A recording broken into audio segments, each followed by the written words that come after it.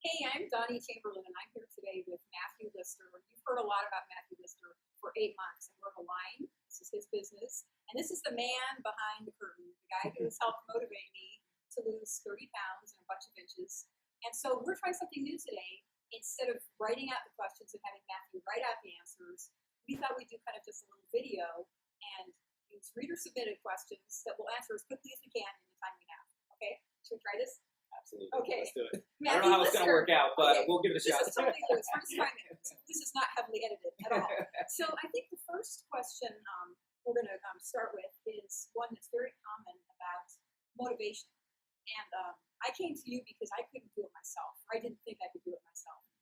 And what makes the program work is motivation. So why do people call you Matthew, the master motivator? How does motivation work? I think motivation is a really, really misunderstood topic, even for professionals. Everybody saying, "I want to get motivated. I want to get motivated. I want to get motivated. Why don't I feel motivated?" Uh, uh, motivation, uh, motivation is a little like heroin. Uh, it's an emotion, right? And it's a lot like going and buying a new pair of shoes. It may make you feel good for a little bit, but it's very, very fleeting. And so I like to tell my clients that throw motivation out the window. I don't care if you're motivated or not. What because it's just not stable enough to build a transformation and a lifestyle on. Because you're going to wake up one day and not be motivated. How many days? And it's not fair to look to you to motivate me, is it? Well, I think it's just unsustainable. Motivation just can't last. It's an emotion, just like grief, just like happiness, and those things ebb and flow. And so what we have to do is we have to build transformations on something more lasting. And that's momentum. That's habits. That's worldviews around exercise, around stress management. Uh, but I think a really good example of momentum is brushing your teeth, right? How much motivation does it take to brush your teeth? It's a habit, yeah. There is no motivation. You don't go, man, I'm really motivated. You just do it, right? And that's where you have to get to with these other behaviors in your life, like exercise, like eating well. You have to get to a point where you don't go, do I want to? Because it doesn't matter if you want to. You're going to do it. Well, you know how I did it with you when I came in? Because I looked at it like my motivation was I knew I wanted to change and lose weight and get fit. But I took the first step, like stepping off a cliff, and the momentum of doing it carried me to where I am now. Well, I think so. Momentum is a really interesting topic to me. I coach other trainers, and one of the things that I tell them is there's only two factors that influence momentum. There are accelerator events and there are friction events, right? And so an accelerator event is anything that increases momentum toward a specific behavior. A friction event is anything that's going to slow down that momentum. So jumping on the scale and having a great weigh-in, huge momentum increase, right? That's a huge accelerator. As opposed to not having a good weigh-in, huge friction, right? And so that's why I don't show my clients their weight on a day-to-day basis, because I'm eliminating those frictions. That's why you took away my scale. And that's why I took away your scale, because you were allowing yourself to bump against friction events on a day-to-day basis. And as a motivator, I like to have something really tangible to grab onto. And so as a motivator, all I do is point out, seek out, and try and create accelerator events. And I try to head off at the pass and seek and destroy any friction events. And when I do that, I'm constantly creating more momentum for you. That way you can head in the right direction, whether that's exercise, whether that's eating well, whether that's a worldview that you're really trying to cultivate. It all comes down to momentum. It all comes down to behaviors. Okay. Well, this is a good time to go to our next question. Who was it? Somebody asked about, she was a yo-yo dieter, and she's been following my success for the last 8 months. She's lost before, but always gained it back, which is a common story. So what do you say to that person who wants to go forward and try one more time, and this time keep it off for good? That's really the plague of dieters everywhere, right? Who cares if you can lose weight if you're not going to keep it off? Why go through it if you're not going to keep it off? So I think there's two. I think there's two really critical aspects to maintaining the results that you've got. Um, one is the metabolism. Okay, so the metabolism adapts to whatever environment that it's in. Okay, if you diet yourself into the ground, you eat 1,200 calories, and you diet, do cardio 5 days a week, and all of a sudden you plateau. What does that mean, right? That means your metabolism is now running at 1,200 calories a day, with you burning 300, 400 calories a day. So your metabolism is really running at like 900 calories a day. And if I stop, and if you even have anything, if you go up to 1,500 calories, which is still a restrictive diet, what's going to happen? You gain weight, right? And so let's do a little thought experiment, right? it doesn't involve math, does it? No, Okay, no. good. You're fine. So who has the faster metabolism? The 600-pound guy who the nutritionist puts on 6,000 calories a day and who loses weight, or the woman in her 50s who is gaining weight on a 1,500-calorie diet. The guy has a way faster metabolism. And it's so She may unfair. There's a question about that, about men and women. Well, so it's men and women. It's definitely a variable. That's not what we're talking But about. that's not really what we're talking about. What we're talking about is that the metabolism adjusts to whatever environment that it's in. If you eat 10,000 calories a day, you're going to gain a lot of weight, but eventually you're going to level off. Really? Right? I'm not going to try that. Yeah, don't try that. But what can then happen once you've leveled off is you can go to 8,000 calories a day and you'll lose weight, right? And so it adapts no matter where you go. And so if you go down to 900 calories a day, if you go up to 1,200, it's that difference, it's that contrast that's going to make you gain weight. So like what we're doing with you right now is we've dieted you down, right? Which is the restrictive portion. That's the not fun portion. But now what we're doing is we're increasing your calories and your carbohydrates every week, right? And so we're giving you more oatmeal at breakfast. We're giving you fruit mid-morning and mid-afternoon. The next one's going to be carbs at lunch. Then the next one, scary. the scary one, I know, is carbs at dinner, right? And then we start giving you more high glycemic carbs like bread, and you're not going to gain weight during this process because you're strength training. That's Okay? you're And building so muscle. you're using those extra calories that you're putting in, and you're converting that energy into muscle mass, which, hey, that's fine, right? We're okay with that. And so now your metabolism is 16, 17, 18, 2,000 calories a day, and you can maintain that. We'll get you up to where you can have popcorn at night, every night, and you won't gain weight. No. It's a little bit of a slippery slope there. So I don't know if we'll go quite that high, but scientifically it's possible. So for this woman, what do you tell her? So before she embarks on this next diet or program, she has to be mindful about, right?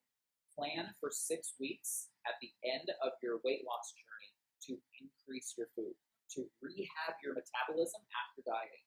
Dieting slows down your metabolism, and so you can't diet forever. It's a losing strategy.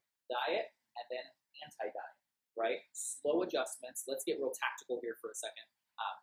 So diet yourself down, and then every 72 hours to 7 days, increase your food by a half apple at lunch, a quarter cup of rice at dinner. Really, really small adjustments, so that you're not going to gain weight, but it's enough to tell your metabolism to speed up and that everything's all right. Okay, sounds good. Now here's a question from a mom who said she's always been overweight, struggled her whole life, finally got it, so she's normal, and she married a guy whose family is slim, and now they have a 3-year-old girl who is showing signs that she's gaining. She weighs more than she should at this age, and she's scared to death that her daughter's going to be like her, but she doesn't want to do the fat shaming thing. So, not just a 3-year-old, but of any age, and you have a kid, what do you do? Let me have you reiterate the question real quick. So was the mom overweight? Yes. She is currently overweight. No, she lost weight, so she's got herself under control. Okay. She's battled that and won. But now she has a child who seems to have sort of the same makeup she does, a little bit like that. And she's really afraid of what's going to happen to this little girl. She doesn't want to have her go through the same struggles she did. I think that there's two. I think there's two sides to this question. Uh, One, she's so young. Um, I think one side of it is let it play out. Don't rush to. And now we're kind of getting into parenting a little bit, which I don't want to give an opinion on. Uh, uh, but I think I see a lot of people who their parents were really rough on them when they were younger. And I had a really good friend growing up, and he ate maybe 500 to 600 calories a day. This was when we were 14, 15 years old. 400 to 500 calories a day, ran 3 miles every morning and every night. Couldn't lose weight. His parents were just relentless on him. And you know what? And now we're kind of circling to the other side of my answer. Your body weight is a symptom.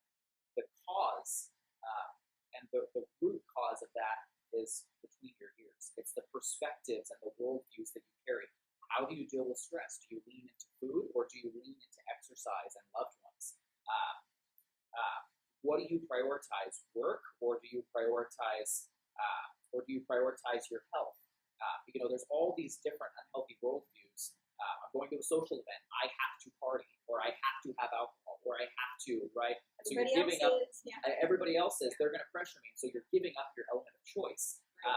All of those worldviews are unhealthy worldviews. And so, to go down to a more tactical answer for her, try to instill and be conscious of the worldviews that you're giving to your child, and really personify them, and have a healthy relationship with food, have a healthy relationship with your body, have healthy priorities around your health. So you're a good role model for your child. Be a good role model, because you can't be something and then beat someone over the back to get them to change. It's just not going to happen. And she's probably projecting.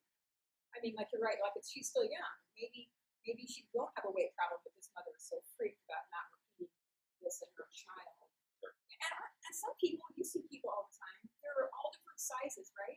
I mean, aren't some people just genetically wired to just be bigger? Absolutely. Way more? I mean, I'll never be twiggy. I know that. Yeah, absolutely. She was a skinny model way before you were born. I got it. Thanks. I'm with you. Absolutely, but I also think that genetics have become the scapegoat of the last 2 decades. Yeah, I can't. It's not me, it's my family. Exactly. Well, my family too. So, yes, absolutely. Genetics definitely play a role in it, but you can optimize your genetic profile. Okay. Yeah. Okay. Here's a question, and this woman lives out in the boondocks, and so she wants to know: is it possible to benefit from just 1 day a week working with you, for example, or another trainer, and then doing the rest on her own? That's a good question. I think that's one thing that separates. I'll kind of pat myself on the back here. That separates the Align program from a lot of other programs. Is we really take a strategic, and she needs to take a strategic outlook on identifying what the problem is, right? And so if she's coming to me saying, I have weight to lose, and we really rip into her lifestyle and identify, okay, you're caregiving for a sick parent, you have a special needs child, you have a really active social life that gives you a lot of pressure, that person is not going to remain stable in a transformation program without more support on the momentum and the motivation side. Now, if she was coming to me and saying, I'm in pain, I've been to every doctor, I don't know what to do, and I look and she's got rotation through her hips, her head and shoulders are locked forward, and she needs me to redesign her musculoskeletal system, and she's already she already has a lot of momentum toward that process of exercise, and I can just pivot her toward the right exercises and let her go. That's a completely different situation. So I think it really requires self-awareness, or coming in and letting me do it for you. And assessment. Right. What is the problem? If the problem is my perspectives and my motivation and my momentum aren't in the right place, 1 day a week just is not going to help. If it's tactical, if it's my right hip is 12 degrees anterior, help, that absolutely. It cracks me up because when I first came in here, I just said I needed help with my weight and posture. My posture was fine, and then I realized he did some assessment, and my posture wasn't so fine. I was just not meant to. Yeah, I know. Okay, I'm your posture's sure. fine. So how about this question? It kind of is sort of similar. This person says, "Can you use DVDs and that kind of stuff?" So here we're asking questions of you of how people can replace you. Yeah, Basically. that's fine. I can't train everybody in the world. Yeah. I can't do it all. I'd love to help. So DVDs and that kind of stuff. Again, I think there's two answers to this because every situation is so unique. You have to look at people as individuals and solve their problems as individuals. One, again, it goes back to what's the problem. If it's I'm super motivated to exercise, but I don't have time to drive across town to a gym, and it's like the genuine, like I really don't have time. Then and you're super motivated, and you can have a workout partner to hold you accountable. DVD it up, right? That's awesome. But if it's that other problem, if it's that motivation and that momentum issue, DVDs aren't going to cut it. And the other side to this is our emotional state. Our brains remember where we've been, and they have our emotions are spurred by our external environment, right? And so when I go home, 365 days a year, I go home and I go, and I turn off, right? And so that emotion of I'm going to turn off, this is where I'm going to relax and retreat. It's not a place where I'm going to sacrifice the pleasure of the moment for a better future. Those are two completely different emotional Are you states. saying you can't do it at home? No. Yeah. You just can't. It's just not. Look at the data on how your emotions work. Your emotions are tied to spaces, smells, sounds, association. And so you associate relaxation with your living room. Now try to force yourself into an emotional state of motivation and energy. They're just two completely polar opposite emotions, so you can't force it. I know when I was on that trip and you gave me some exercises to do when I was in a hotel. I confess, it's like I got like halfway through and I went, I just couldn't do it. It wasn't the same as when I worked out here. No, Okay. It's because you walk in the door and you're emotionally prepared. Yeah, I'm in a hotel. It's just, Yeah. How do you turn that? You just can't. Okay. What do you think? This guy wanted to know, what do you think about the whole heart rate monitoring with exercising to see if you're in the anaerobic zone of interval training? I'm not even sure I know what that means. But okay. Do we have to care about that? It's a hammer, right? Is a screwdriver good? What's the job, right? What's My first thought was I'm a nail. No, what's the situation? What's the job? If you're hammering in a nail, a hammer is phenomenal, right? If you're trying to screw in a screw, it's a terrible tool, right? And so it's just completely dependent upon the situation. And it's a very viable exercise technique, but it's one of 50 that need to be looked at and determine whether or not it's a good fit. Well, I guess I'm thinking too, like when I'm on the bike and you can see your heart rate, is there a point where I should say, if I have my heart rate at this level, then I will burn more calories? Should I need to know that? Should I try to strive for that, or just?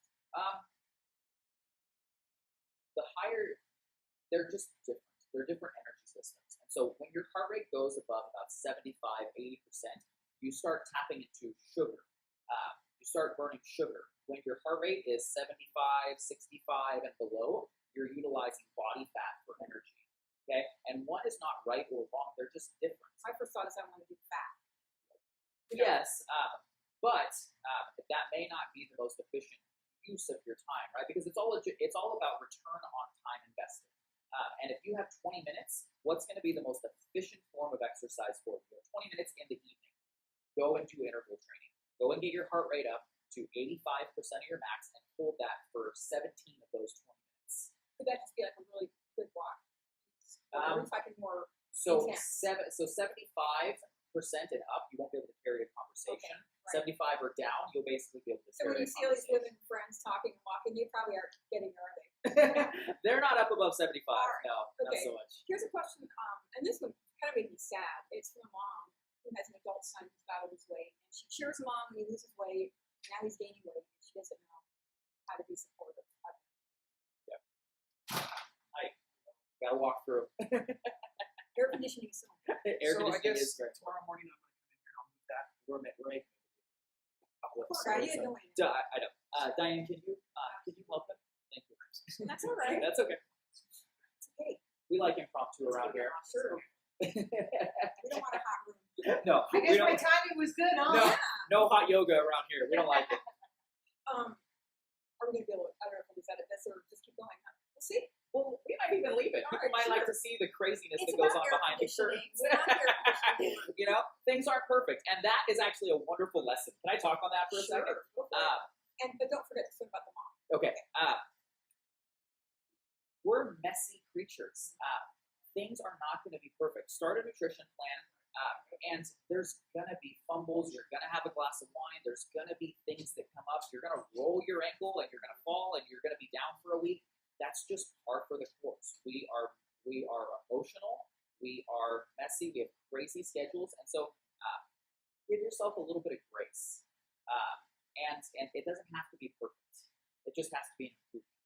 Yeah. I think You know, that's and I think that's kind of an analogy for what just happened. It's like, no, the video's not perfect, but that's okay. And I think that's good That's to not know perfect. because, like, when I started this, I was thinking, I'm going to get in here.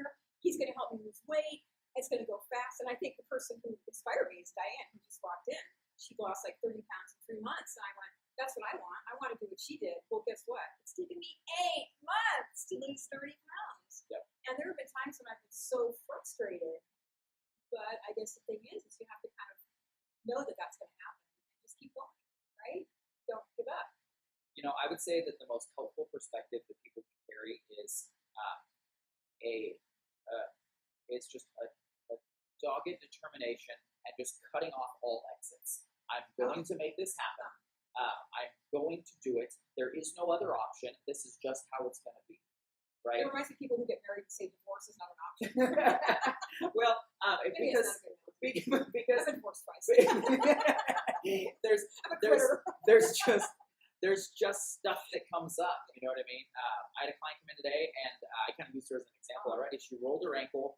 She rolled her ankle, fell on her bad hip, and she came to me to help her with chronic pain. So she's all flared up, and she's like just so frustrated. Yeah. And what it comes down to is life happens. We can't stop life from happening because we want to change our life, right?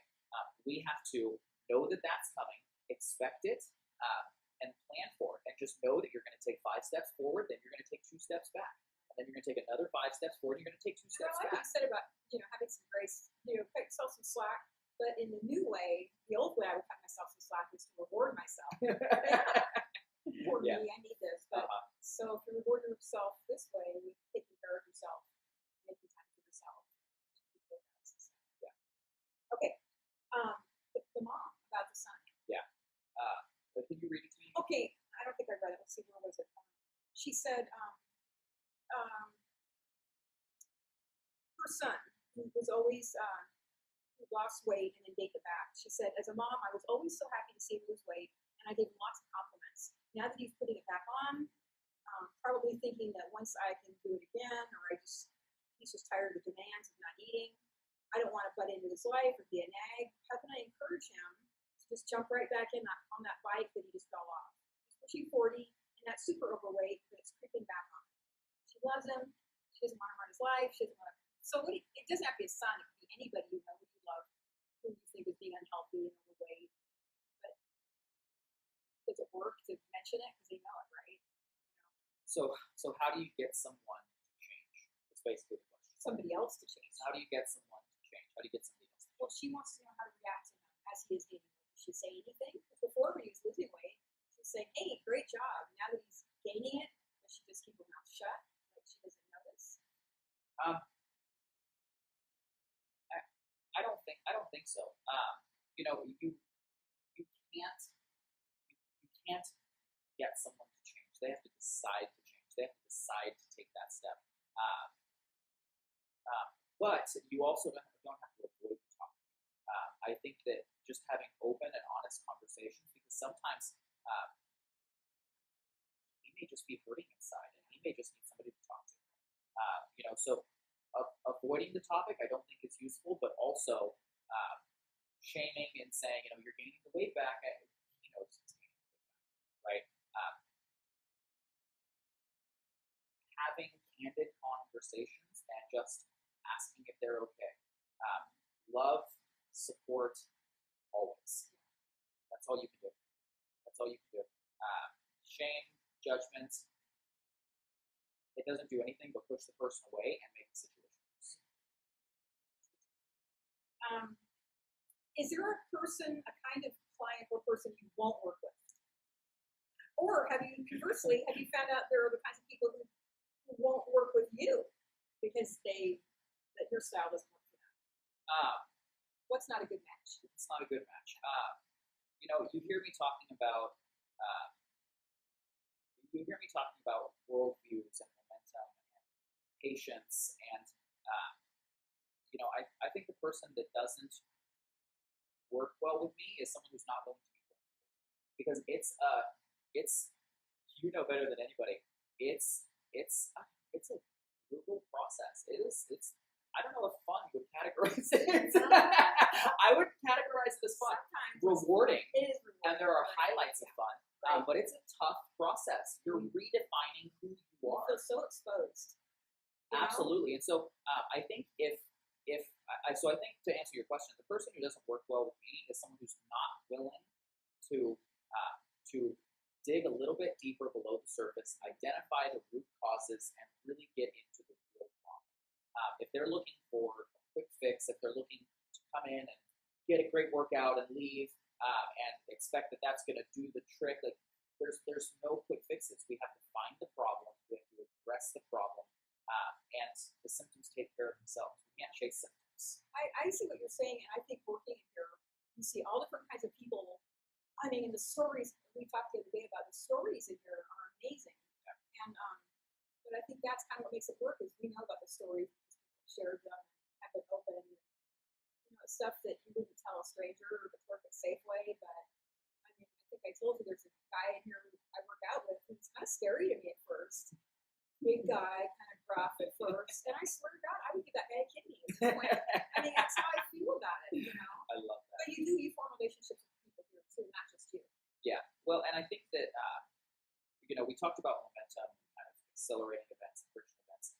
I very intentionally create that culture of openness, not only vertically between me and the client, but also horizontally from client to client, because those are accelerating events. When you have a community around you that's going through the same challenges, the same struggles, the same successes, the same achievements, and you get to celebrate each other and support each other, that's a completely different scenario than going at it alone, or even going at it with me behind you. And so the way that I do that is really being open and honest about myself and my challenges and my perspectives. And I think that that's a really, really, really crucial thing to your success, to all of my other clients' successes. It's for me to be a real person and to make them realize that everyone else around them is a real person too. Well, it's funny because I don't think most people realize when they first start working with you, you're this young, healthy, strong guy, that you're in pain all the time. You had a horrific back injury when you're younger, and you understand pain, but you don't talk about it. So I think it's pretty cool. And you're kind of like a dinner party master organizer, because you do have a real gift for putting the right people together in workouts. Sure. I've noticed. Yeah. Well, I think it's really, really crucial.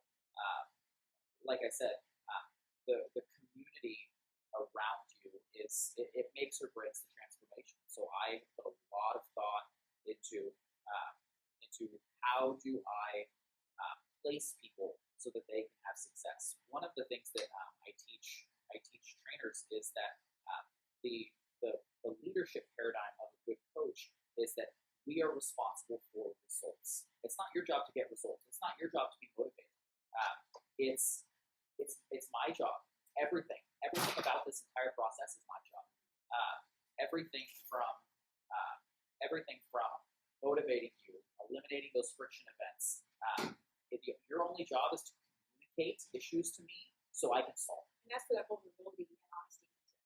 We have time for one more question. Yeah, Somebody absolutely. wants to know if you're single. I think that that's a really interesting question. I am not single. I have a beautiful wife and a little baby girl who I love I know, I'm dearly. surprised you Kind of didn't get parenting advice. I know. That's one of those things like religion and politics. You just don't touch it. You just don't touch it because it's so individual. There's no right or wrong answers. Okay, I lied. There was one more question from the person who had 3 questions. Hit me. What's the worst part of your job? Is there anything in this job that ever makes you want to quit? And what did you want to do when you were a kid? So, at the risk of sounding like a politician and turning a negative into a positive, I'm sorry. This genuinely is the worst part of my job.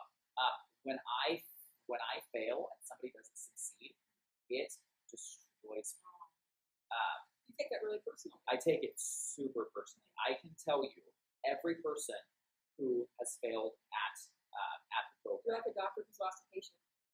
it absolutely is because I do. It's my responsibility to see them through from where they are to where they want to be. Everything. If I can't find that string to play to get them motivated, to get them to turn the corner, to find that momentum, it's my fault. It's not their job. It's mine. And so, at the risk of turning what do you hate about your job into, oh, I'm such a good guy, that is just genuinely the hardest part for me. It's just when I lose someone. But you answered it earlier that maybe that person isn't a good fit. Maybe they're not willing to be vulnerable or open. So I just want to say that if you fail, seemingly, I don't think it's your fault. I mean, the client has culpability as well. Sure, I but mean, I appreciate that, and I'd love to give all the responsibility to you for my success. well, no, I give the may success to you. I give the responsibility to me. Yeah. But there's always that thing that the thing with vulnerability is that if you ask the right questions, you can start to peel away those walls. And so it's finding that one topic that they are okay talking about, and then finding the next one, going It's like deeper peeling an and onion, deeper and deeper until you're getting to the root of the real issues. Is that the part that would make you want to quit? That was the next question. Yeah. That it really? Yeah. Oh, don't quit. No, I'm definitely not going anywhere. But on days where I'm just can't do this, Yeah. that's the part that gets me. Yeah. All right. And so the last question is, when you were a kid, did you see yourself doing this? What did you want to do when you grew up? How far back do you want to go? 7 was Karate Master Okay. after I saw Karate Kids. Let's see, what else? Wayne Gretzky after watching hockey. You're No. going to When you're 7. No. So, I actually did want to be a trainer, but I said, you know what? Around here, you just can't do that. You can't make a job out of that. And so I wanted to go into medicine. Okay. In a way, you kind of are. You're a healer. You have different sorts. Yeah, so it's a little more non-traditional, but I wanted to either go into medicine or something Okay. where I was taking care of people. All That's right. always just Well, you are.